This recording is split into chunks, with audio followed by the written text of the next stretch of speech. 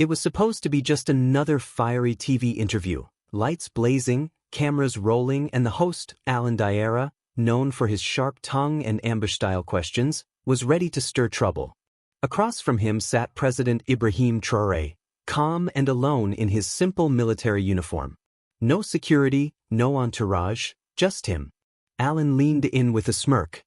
"Mr. Traoré," he began, his voice cutting like a blade, "how does a man with no political background lead a country plagued by terrorism and poverty?" The air thickened.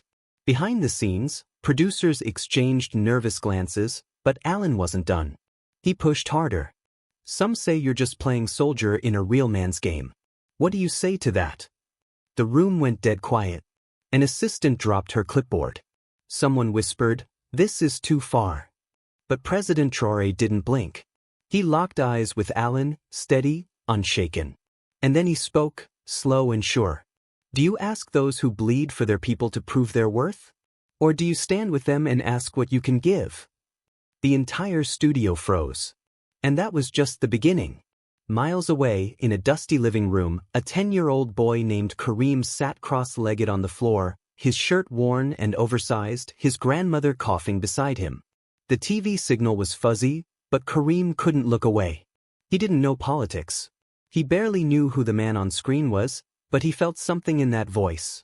Warmth, strength, someone who understood what it meant to sleep on the floor. Back in the studio, Alan fired another shot. "You speak of sacrifice, Mr. President, but will you admit your government has failed where others warned you?" Kareem's tiny fists clenched.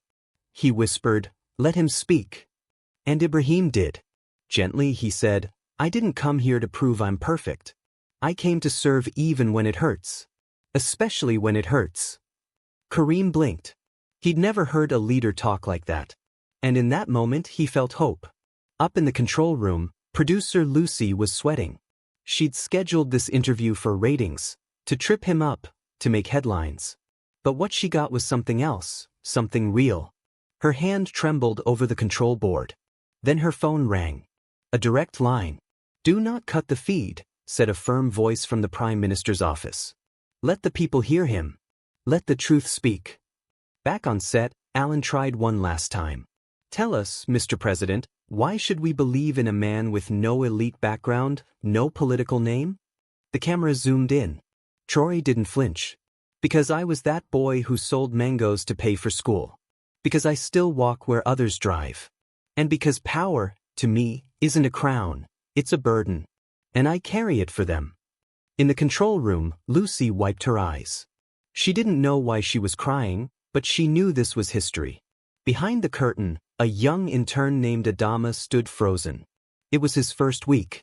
His only job was to refill water, but now he couldn't move. He was witnessing something he'd never forget. No guards, no grand speeches.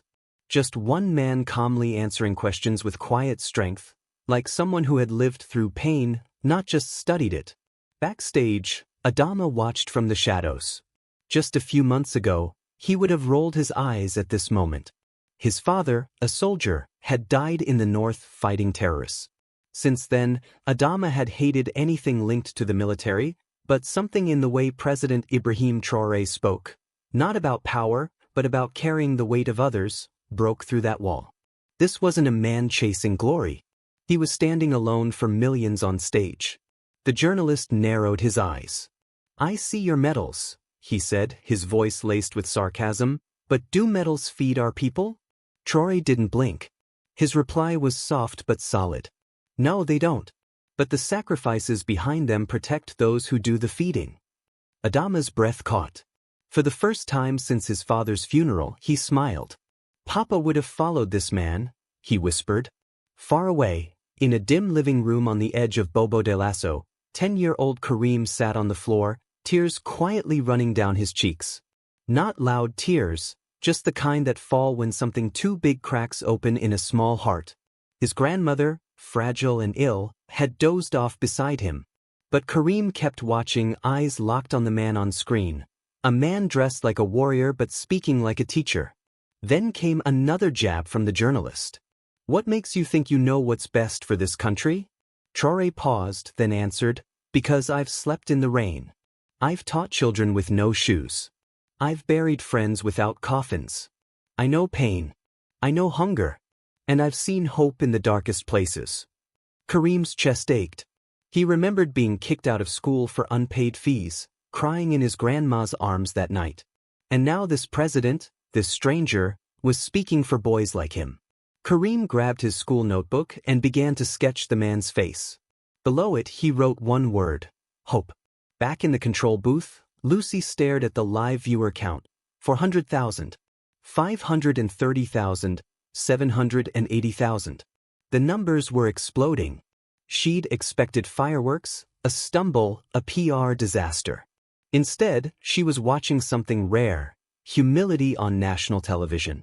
Alan, the journalist, was getting restless now. His questions were harsher, more desperate.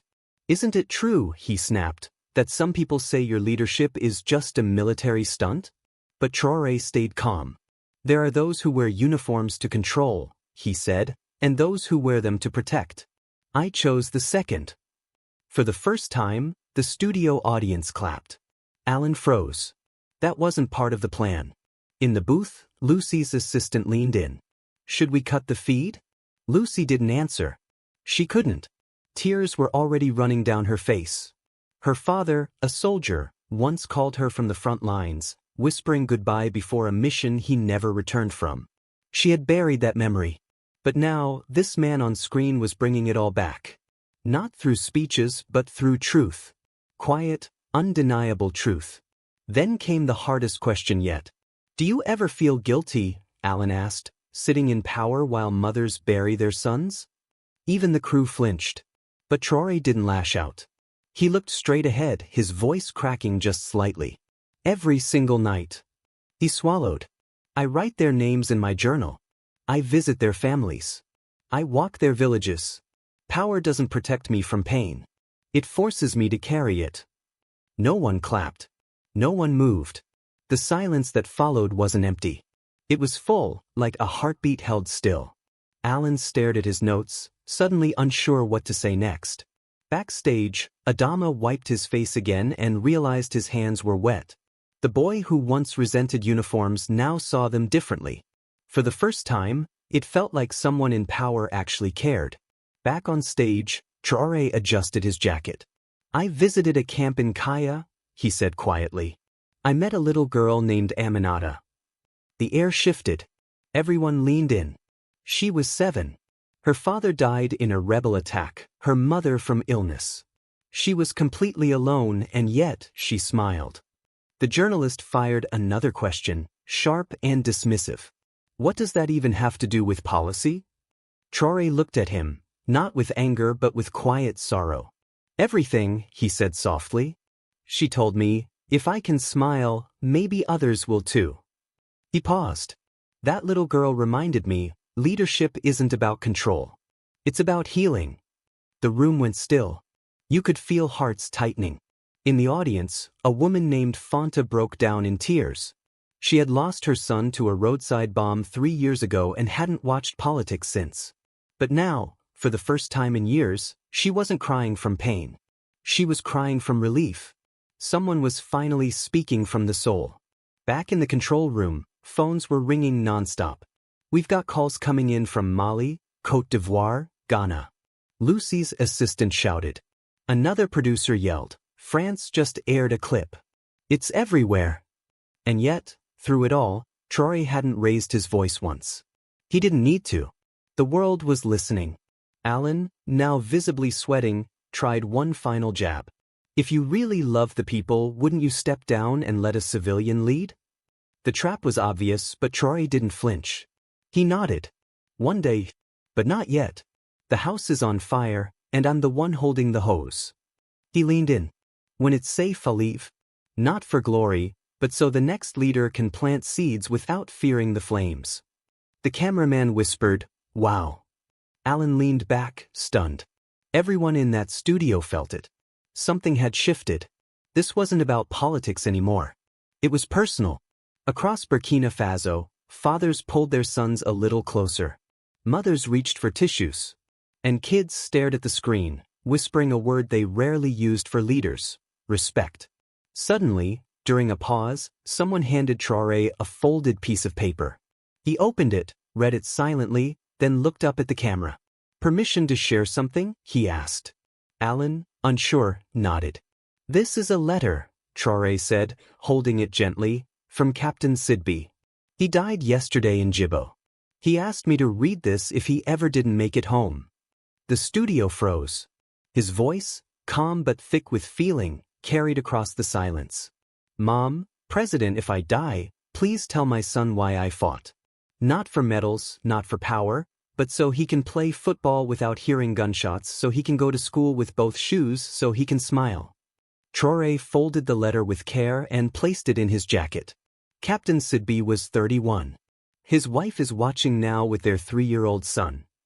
The camera slowly panned to Alan's pale, wordless face. In the control room, Lucy's hands shook. This was no longer a broadcast. This was something else, something real. And just when everyone thought the moment couldn't grow heavier, Traoré surprised them again. "I'd like to invite someone." Alan blinked. "Excuse me?" From behind the curtain, a young woman stepped forward. She wore plain clothes and walked with quiet strength. "This," Traoré said, "is Fatima, a nurse. She's been working alone in a hospital inside a conflict zone in Fadan Gourma." The audience stirred. Fatima gave a small, shy wave. Then she stepped to the microphone. "I've stitched wounds without anesthesia," she said. "I've comforted crying children with no families left. I do it because our people matter." Her voice cracked. "Last week, rebels attacked our clinic. I hid 2 babies under a table with my own body. If the army hadn't come, if President Traoré hadn't acted, those babies would be gone." The room sat in silence, stunned, overwhelmed, humbled. Outside the studio, hundreds had gathered, holding candles, watching through the windows. This wasn't an interview anymore. It was a movement. The station had planned a commercial break, but Traoré leaned toward the mic and whispered, "1 minute." The crew scrambled to adjust. He looked straight into the lens. "My father was a farmer. My mother taught me to read under a mango tree. We had no electricity, but we had love." He paused, his voice low but unwavering. "That's what shaped me. Not titles, not uniforms. I don't pretend to be perfect, but every decision I make, I ask myself, would my mother be proud of this? Would that little boy in Jibbo understand it?" And in that moment, there was no bright spotlight, no applause cue, just one man telling the truth and a nation listening. And then silence. Not the awkward kind. Not the kind you fill with words. Just heavy, honest quiet. The kind that says everything. Outside the studio, the crowd began singing the national anthem. Softly at first, like a whisper, then stronger, together. Inside, Fatima pressed her hands over her mouth, trying to hold back the sobs. Adama, watching from a dusty tea shop across the city, stood up without even realizing it. He just rose. The cameras kept rolling, not because they were told to, but because no one dared look away. In under 48 hours, this interview had become something else entirely. A reckoning, a mirror, a moment the world wasn't ready for. And just when everyone thought it was over, Ibrahim Traoré reached into his coat again. "I got a message yesterday," he said quietly, almost like he was talking to one person. "It's from a 12-year-old boy in the north. His name is Yakuba." He unfolded a piece of paper and began to read slowly, letting every word land. "Dear Mr. President, I want to be brave like you. My father died when bandits came. My mother cries at night. I don't want toys. I just want to feel safe. Please don't give up on us. Yakuba." Alan's jaw tightened. He didn't speak. Traoré looked directly into the lens. "I hear you, Yakuba. And I'm not giving up." Hundreds of kilometers away in a tiny village, Yakuba sat beside his mother near an old, crackling radio. She wept quietly. In the studio, no one moved. In homes across the country, viewers sat frozen. In that moment, it wasn't about politics anymore. It was about people. It was personal. For the first time, they didn't see a man in power. They saw a father, a brother, a protector, someone who listened. Alan finally spoke, but his voice had changed. Softer, less sure. "Mr. President, isn't all this emotion just theater? Isn't it easier to read letters than to build a country?" Sharp silence. Traoré didn't answer with words. He stood, walked to the center of the studio, and sat on the floor. People held their breath. "I've walked barefoot to school," he said. "I've eaten from one bowl with 10 cousins. My leadership doesn't come from books. It comes from pain." He pointed at the camera. "If all you see is a man performing, then you've missed the point. This isn't about me. It's about what we owe the people who have lost everything." Even Alan looked down. Traoré's voice dropped to a whisper. "I'm not acting. I'm remembering." That line split the air like lightning. Not just through the studio, but across the entire country. Veterans at home stood and saluted. Mothers hugged their children tighter. Even Alan's producer, stone-faced until now, quietly wiped away a tear. And still, the storm wasn't done. That night, the streets of Ouagadougou filled with candlelight. No one organized it. No one told them to come. They just did. Children held hands. Old men raised faded flags. Women stood with framed photos of sons, husbands, brothers. The city didn't burn with anger, it glowed with hope. A soft chant floated through the air. "Nusantan! Nusantan! Zunai! We are still standing." From a window in his modest home, Traoré watched it unfold. He turned to his aide. "Not a word from me," he whispered. "Let the people speak now." In a small hospital in Djibo, Fatima placed a candle beneath a photo of Captain Sidbi. In a village far away, Yakuba's mother held him close and kissed his head. And in the TV station, Alan sat alone. The interview replayed on a small monitor. He paused it at Traoré's final line. "I'm not acting. I'm remembering." He stared at the screen. For the first time in his life, he understood what real leadership looked like. But something was happening, something no one had predicted. The air outside the station felt different now, heavier, electric. The story had spread like wildfire. The journalist who had tried to corner Ibrahim Traoré had vanished from public view. 2 full days, nothing. Alan Diarra, once famous for his razor-sharp questions, was now a man wrestling with his own conscience. Inside his dark apartment, unshaven and shaken, he played the interview again. Line by line, every question, every smirk, every trap he tried to set. Now all of it felt cruel.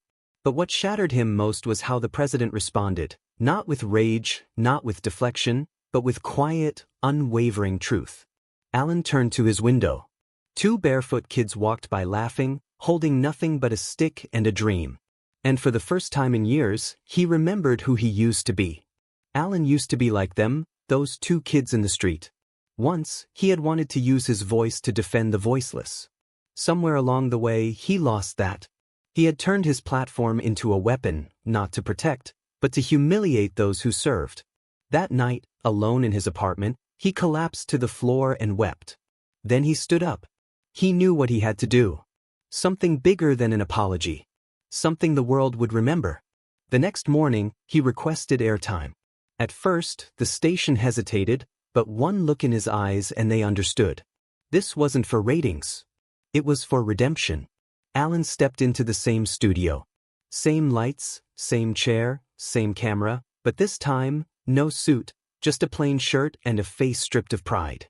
When the red light blinked on, he looked straight into the lens, not with arrogance, but with trembling honesty. "I failed all of you," he began. "I tried to corner a man who has given his life to protect us. I used my voice to divide when I should have used it to unite." He paused, his eyes wet. "But President Traoré showed me and the world what real leadership looks like." He stood tall, not for himself, but for every Burkinabe child, mother, and soldier. "That is the man I now admire." There was silence across the country. Then cheers. Then tears. And then a door opened. Traoré walked in. Not planned, not invited, but welcome. He walked to Alan, placed a hand on his shoulder, and said just 6 words. "This is how nations begin to heal." That evening, President Traoré didn't attend a palace dinner or a political summit. He walked the streets of Ouagadougou quietly, humbly.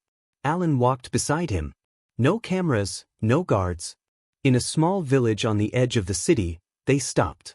A group of barefoot boys played with sticks and stones. One ran up to Traoré, curious and bright-eyed. "Are you the man from TV?" the boy asked. Traoré smiled. "I am," he said. "But more importantly, I'm your servant." The boy blinked. "You serve people?" Traoré knelt down beside him. "Every real leader does." A bystander recorded that moment, Traoré holding the boy's hand and walking him home. The video went viral across Africa. Not because it was dramatic, but because it was real. That week ended with no fireworks, no grand declarations, just a quiet memory of humility, of redemption, of unity. And from that day on, Burkina Faso didn't remember the argument. They remembered the healing. Not the question, but the answer. Did this story move you? Did you feel something deep in your heart? Then don't scroll past without showing it. Comment, "I believe in hope." Like this video to spread the message of humility and leadership. Subscribe for more true stories that don't just touch lives, they change them. Let's remind the world, sometimes the strongest voice is the one that speaks softly. And the greatest power is love for your people.